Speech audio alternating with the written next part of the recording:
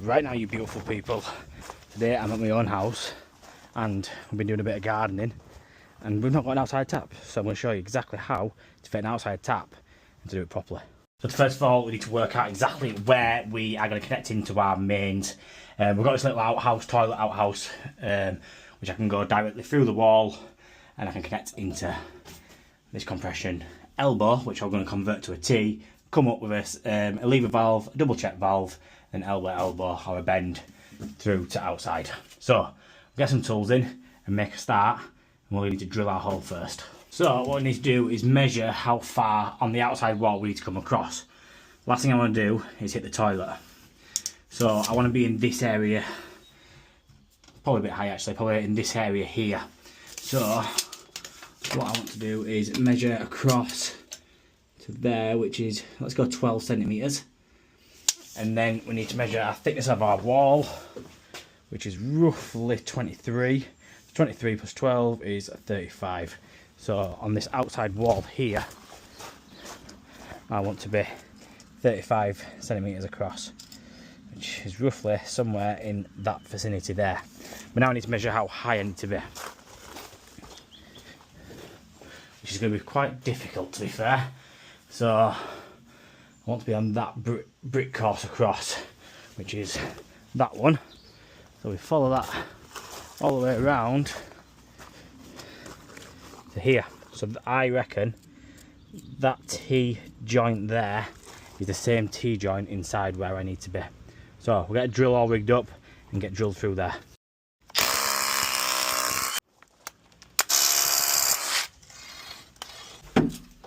Perfect.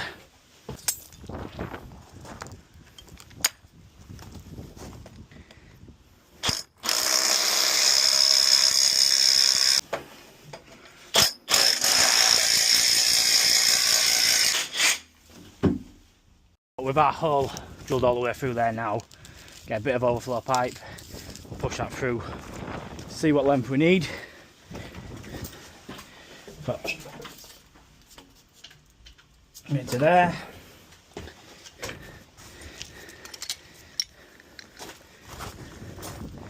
And then cut that off at the right length. What we need to do now is get our tail, which is going through the wall, our back plate, put that in there, all the way through, and check it's the right length. We don't need to extend it. I know on this one it should be more than enough. Sometimes when you're working with kitchen units and stuff like that, you may need to extend them tails. I've gone for the 450 tail, so it's more than long enough. Then what we need to do is get our outside tap,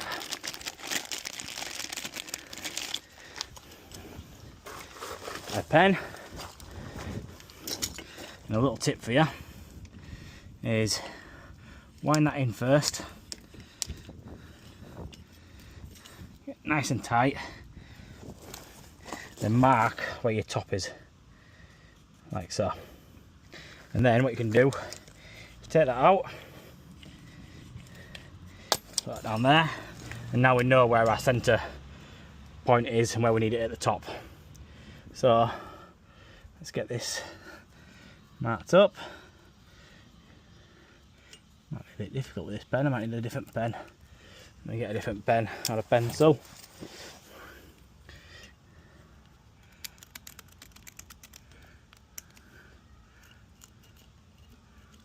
See if you got that, yeah, you got it. So we've got our 3 hole points we need to drill there. We've got a 6mm hole, drill them, plug them, bit of silicone seal, and get our plate fixed in place. Of course, it had to be fisher fixings.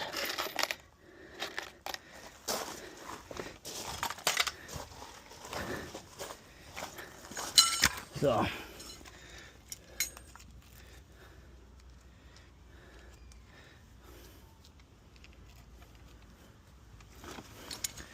what I like to do then, get that in place like so, get my silicone and fill my hole as best I can.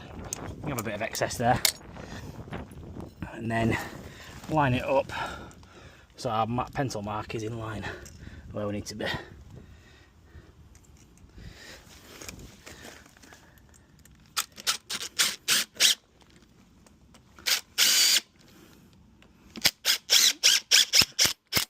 then just wipe away the excess. Easy as that. And now, just need to make this up and get it wound into the back plate.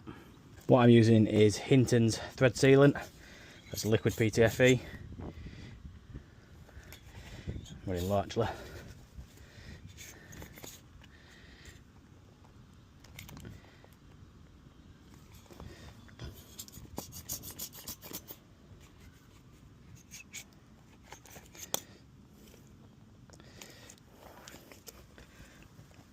I say I'm using it, but not got much left. There we go. I put way too much on there, but you get the picture. Wind it in,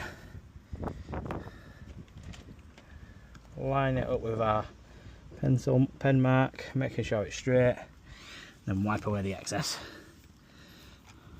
And that's how you fix an outdoor tap on the outside. So let's head inside and get it piped up.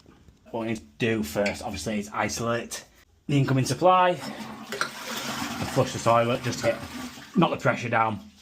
So as long as that's off, happy days. Sounds like it is. But what we're going to do, just to be sure, is get everything plumbed up out of place as best as we can to make it easier for myself. What I'm going to do is just paste this fitting up. Don't like to use too much paste on outside taps, or any time I'm using a double check valve, because if anything's going to block a double check valve up, it is paste. So we use minimal paste.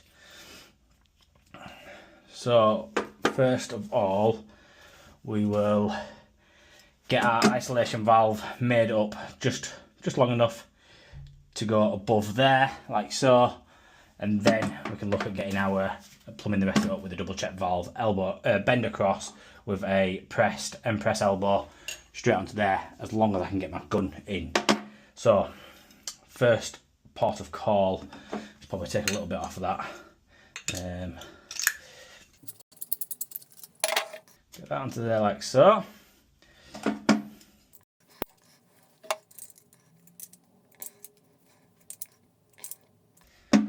With that on there, then get our isolation valve on, making sure we've got it the right way around, which we have. And yes, it is a full bore isolation valve, before anyone starts moaning in the comments that I'm not using the right one. Don't know why I'm struggling there, Macaulay. What I'll do is just loosen that back off. And then once I'm in place, I've got everything lined up, I'll give that a nip up again.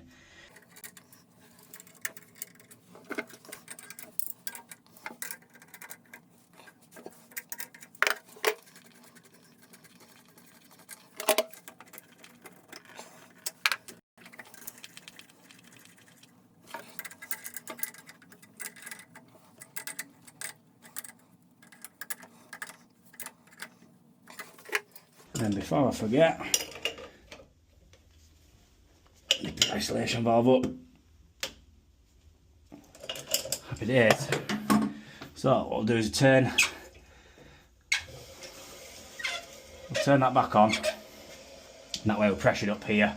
You can see there we've got water coming through. We'll give this all a dry out, and we'll get the rest of it piped up. So we started making up our next piece now. I've cut it to length. So what we'll do is I've tightened that top nut already, but I've loosened it off again so then we can line it up once it's in place. All we need to do now is get this bit of pipe connected to our isolation valve, ensuring that our double check valve is facing the right way, because it is a non-return valve, so the water will only flow through it in one direction. Now, we can move that to where I need, and we can get our pipe cut back ready for our pressed elbow to go on. I need to cut that one back a little bit more, I think I do.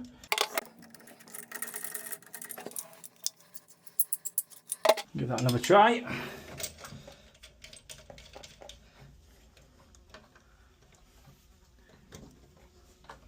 That seems like it's all the way on, so what we'll do is, as always, just mark our fittings up, and that's the just, so then when we pull it back out, we know whether it's gone on all the way or not, which it has on both of them.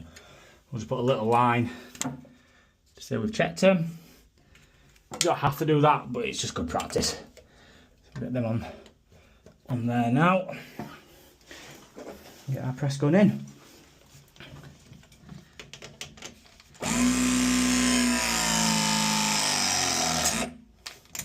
One.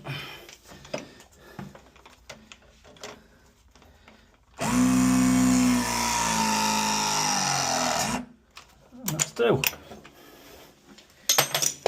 And before I forget, get that tightened up.